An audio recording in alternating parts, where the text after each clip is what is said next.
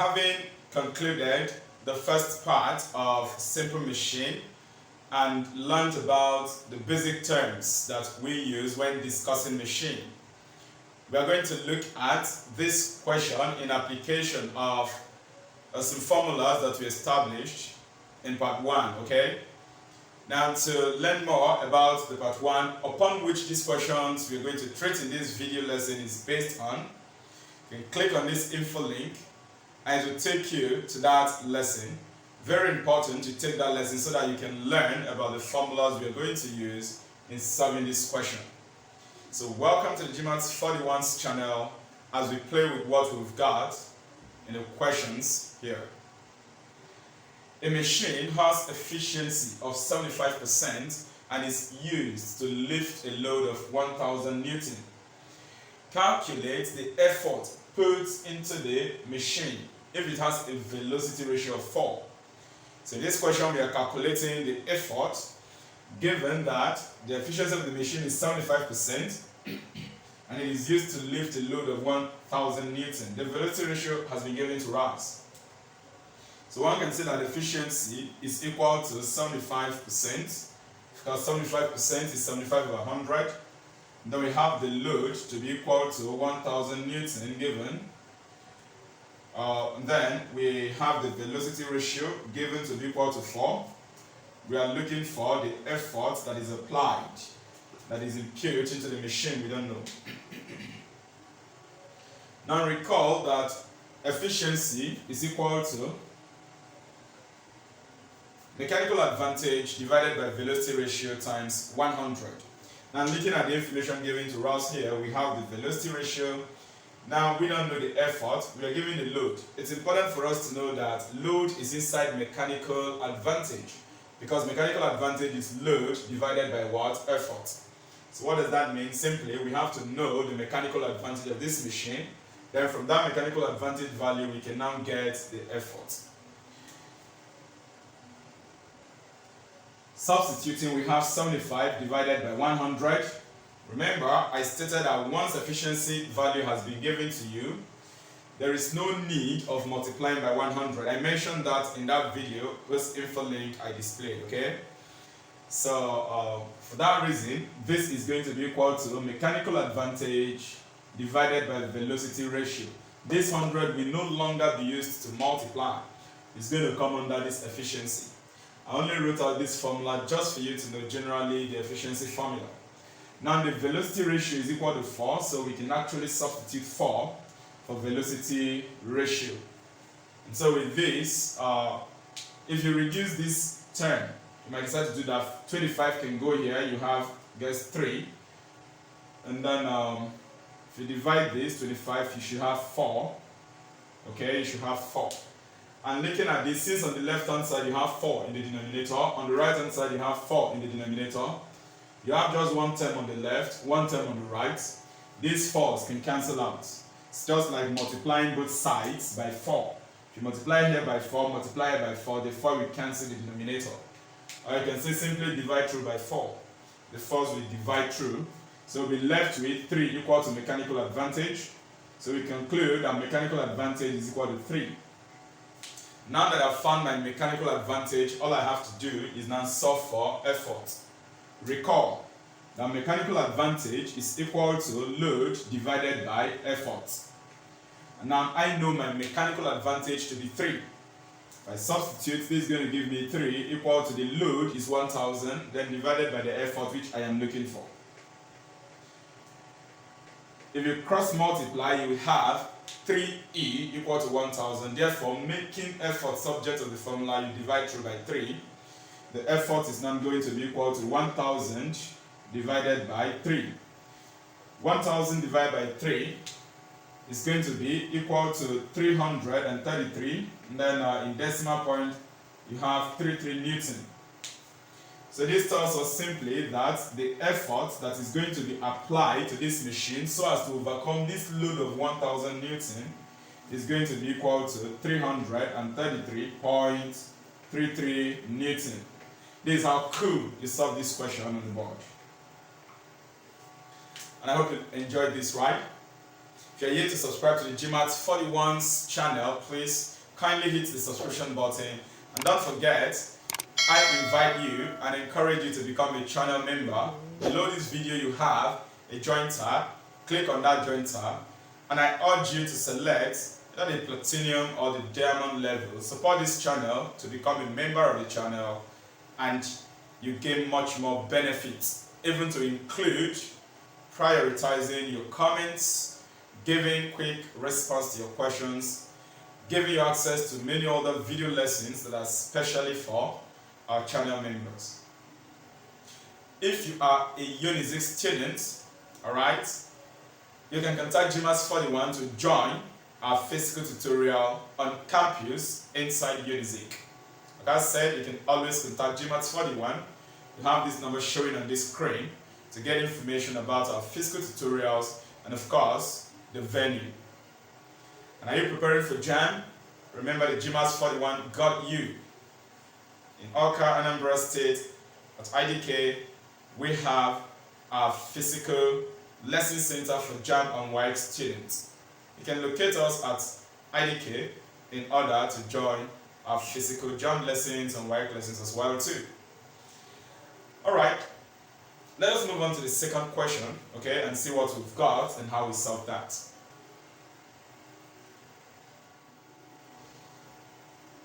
A student raised a load of 150 kilograms through a vertical distance of 2.5 meters.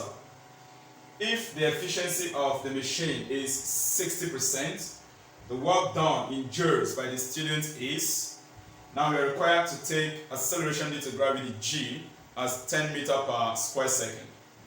So in this case, if you look at the question, we are required to find the work done by the student. Alright, the unit of work, so we know is joules. Let us see the information given to us in the question. Down here, the load is 150 kilograms. So instead of giving the load in the unit of Newton, it was given to us in the unit of kilogram as mass. Still doesn't matter. Let's see what we've got here. So mass of the load is equal to 150 kg. That's the mass of the load. And then the height through which the load was lifted, h, is equal to 2.5 meters. Already acceleration to gravity is there. Okay, let me bring it out. G is equal to 10 meters per square second. Now we're given the efficiency of the machine to be 60%. So efficiency is 60%. You know, 60% is the same as 0.6. If I want, I can write 0.6 here. So you take notes. An examiner, instead of giving you efficiency in percentage, can give it to you in decimal. If I tell you that the efficiency of the machine is maybe 0.6 without anything percent there, it means that already I have converted it from percentage to decimal. Is that okay? When you do over 100, it's only if the examiner attaches percent to that efficiency. If I just say efficiency is 0.6, it means I've already given you the decimal value. No need of dividing by 100. Are you getting me right? So you take note of that in case an examiner wants to dribble you through that angle. Now with this, we are asked to find the work done by the student. We don't know, that's what we're looking for. So work done by the student, work that the student did on the machine for the machine to be able to perform work on the load.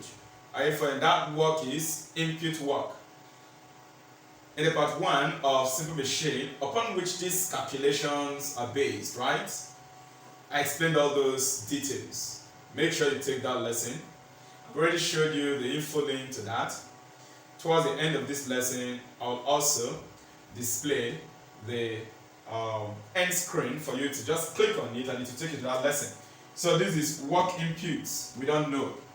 Work inputs. Alright, by the student we don't know. So with this, we can actually calculate the work input, and work input is also the same as energy input. That's the energy that the student put into the machine. This is just like work done by the student. That's what we are looking for. Work done by the student, which is work input. Now, remember, in this case, our efficiency formula will now take the format. I am going to use work output over work input times 100. But there's something I want to do here. Instead of using work I'd rather prefer to use energy. I explained this concept also in that part 1 lesson, so it's very important you take that lesson. Is that okay? In order to understand what I'm doing here largely, in case you have challenge anyway in what I'm trying to deal with here. You see, they gave us mass of the load, they gave us height through which the load was lifted, we're given acceleration due to gravity. With this, we can calculate the energy. Are you following, right? The energy, which of course is going to be output work. Alright, the output energy. Because the load is the output, alright? The load is the output. And in calculating the output energy, which is same as output work, since we know the mass, the height, and acceleration due to gravity, we can simply use mgh for it. So the formula that I prefer to use would be energy out, or simply output energy, all over energy in. Where that energy in is the work done by the student on the machine, or simply the work input. Now, I don't want to multiply this by 100 anymore. Okay, I don't want to do that because efficiency has been given to us already. So let us go straight on. This is going to be 60 over 100. But in place of energy out, output work, the work done by the machine on the load, in lifting this load through that vertical height of 2.5.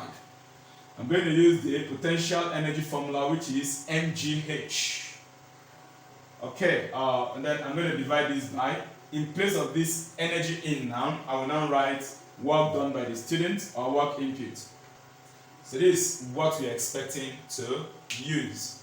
Alright, so moving forward, we have 60 divided by 100, as I said earlier. Our mass here is 150 kilogram times 10 times 2.5. Then that's going to be divided by work done by the student, which you don't know. Permit me to use work inputs. I've already defined all this for you. Okay, so all we have to do is simply to work out this. 10 times 2.5 will give us 25. So let us assume we have 25 here times 150 bar. Let us see, let these zeros cancel out, okay? Then we have 150 times 25. Alright, can we still decide to reduce this for once? Or do we just cross multiply and make this 100? In either way, okay? The choice is yours. That's why you should have good knowledge of multiplication so that all these divisions will be easy for you to handle. 2 can divide 6 and this will give me 3. 2 can go into 10 and I'll get 5. Alright. Now since you have 3 in the numerator here, and in the numerator there is a 10 that 3 can divide. 3 can divide 150 if I want. Okay, 3 can divide 150. So 3 here will give us 1. 3 into 150 is going to reduce this to 50. Okay, so if I cross multiply now, 1 times work input will leave us with work input, which is the work done by the student. That's going to be equal to, this is 25 already. 25 times 5. That is 50 already, okay? But 25 times 5, the faster way of approaching it is multiplying 25 by 5. Anything you get, you attack 0. Is that okay? So 25 times 50. That 25 times 5 is going to give us what? That should be 125, isn't it? 125, then you attach 0 to it. That's going to be 1,250. So we are saying this is 5 times 50 times, this is 25 already like I said. Then input work, which is work done by the student, is going to give us, this is 1,250 already. 1,250 times 5. The fastest way of multiplying that also is multiplying that 125 by 5. 125 by 5, which will give us, I guess, 6,250. 625, that's 625. Then remember you have a 0 there, which you're going to attach. So this is going to be 6250 joule. This is the work done by the what? Student. This is the work done by the student. You can conclude, therefore, the work done by the student is this.